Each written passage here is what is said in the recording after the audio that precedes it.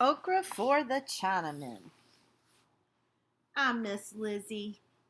I haven't seen Billy all week. Maybe Mr. Willis found out we played. Maybe Billy no longer likes me. Mrs. Bill comes onto the porch, flapping her dish rag at me. Get busy, Sugar. Tend the garden. I hate it here. Hush, Sugar. Why didn't you go north? Don't question me. You're a child. Do as you're told. Be hush. Work. I can't, I insist, my heart racing. Mrs. Bill glares sternly and crosses her arms. How come grown folks always win? I feel an imp overtaking me. I jump, stomp. Nobody asked me if I wanted to be here.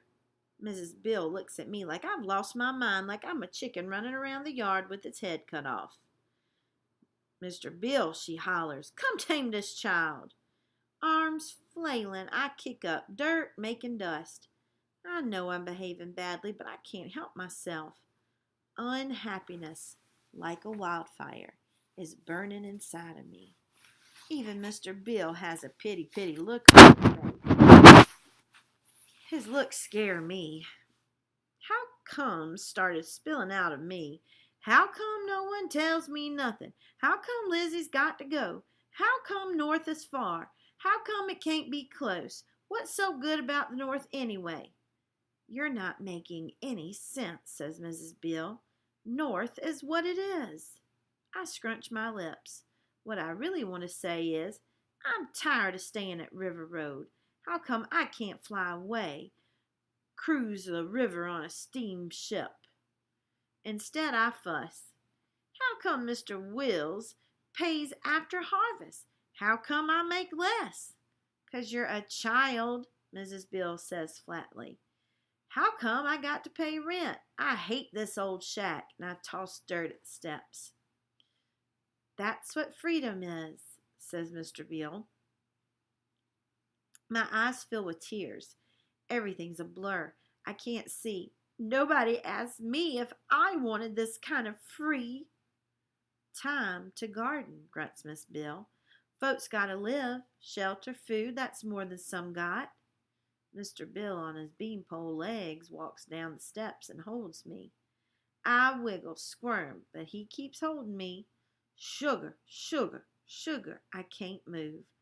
Can't twist away.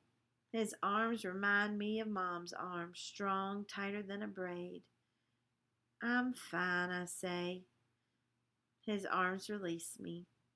I wipe my eyes and nose. Mr. Bill looks worried, like it's his fault that I'm so sad. I swallow.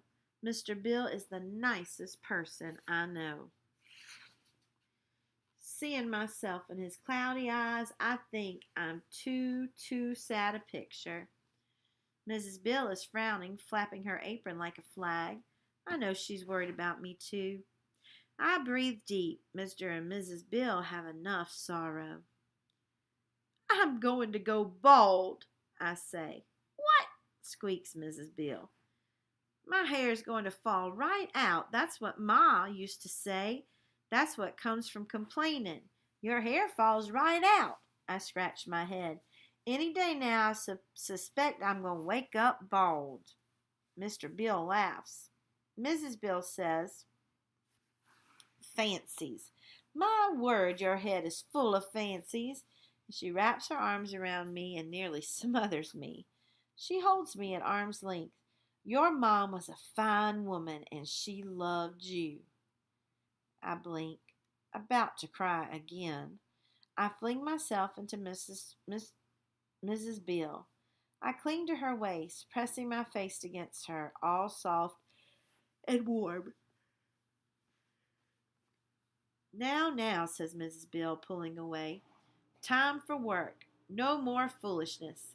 Gotta get our spring garden in. Huh. Her face is all frumpy grumpy again.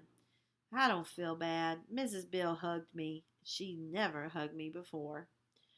Gardening isn't hard, I say. It's easy compared to cane. I'm not going to complain no more. That's my sugar girl, says Mr. Bill. Look at me, Mrs. Bill. I try to spin my legs high in the air like Billy did. My knees bend like a bug's. Mrs. Bill claps. Excuse me. Then ever practical she grunts, "Get to work." "I'll tell you a story later," says Mr. Bill, picking up a cloth bag filled with seeds. "About Chinamen?" I blurt. He spins, looks at me fierce. I clap my hands over my mouth.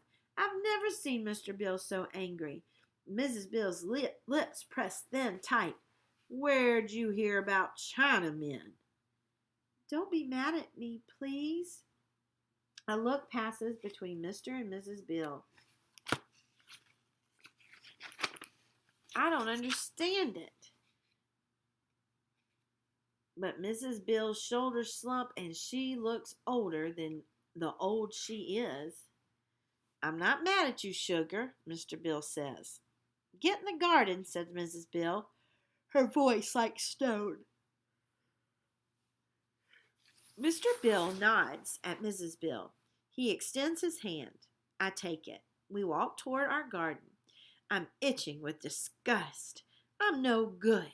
I didn't keep Billy's secret. More awful, I made Mr. Bill angry. I worried the Bills. "Sugar, let's make a fine garden.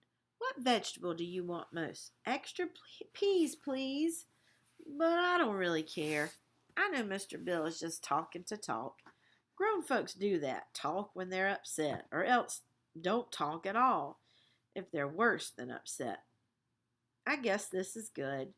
Mr. Bill is talking. But underneath his chatter about peas and beans and corn, I hear, even though he doesn't say it, Chinamen are not a good thing. But are they bad?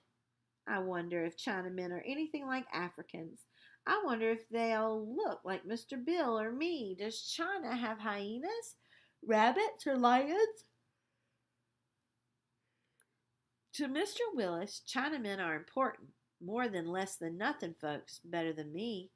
We walk closer and closer to the garden dirt. I can see the cane fields, dirt that will grow, green shoots, cane stalks waving in the breeze. Awful, awful days of work to come. I squeeze Mr. Bill's hand and he squeezes back. I wonder if Billy will ever play with me again. Let's get to work. Mr. Bill hands me seeds.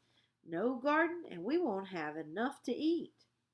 I look at all the patches. Everyone has one. A tiny square of dirt to grow food. It isn't fair. Mr. Beezus squats planting seeds. The Bills share their garden with me in exchange for work, and when Ma died, Reverend and Mrs. Thornton took my garden. She said a child didn't need so much. We'll share with those in need. Reverend believes in sharing, but Mrs. Thornton, I think she eats too much.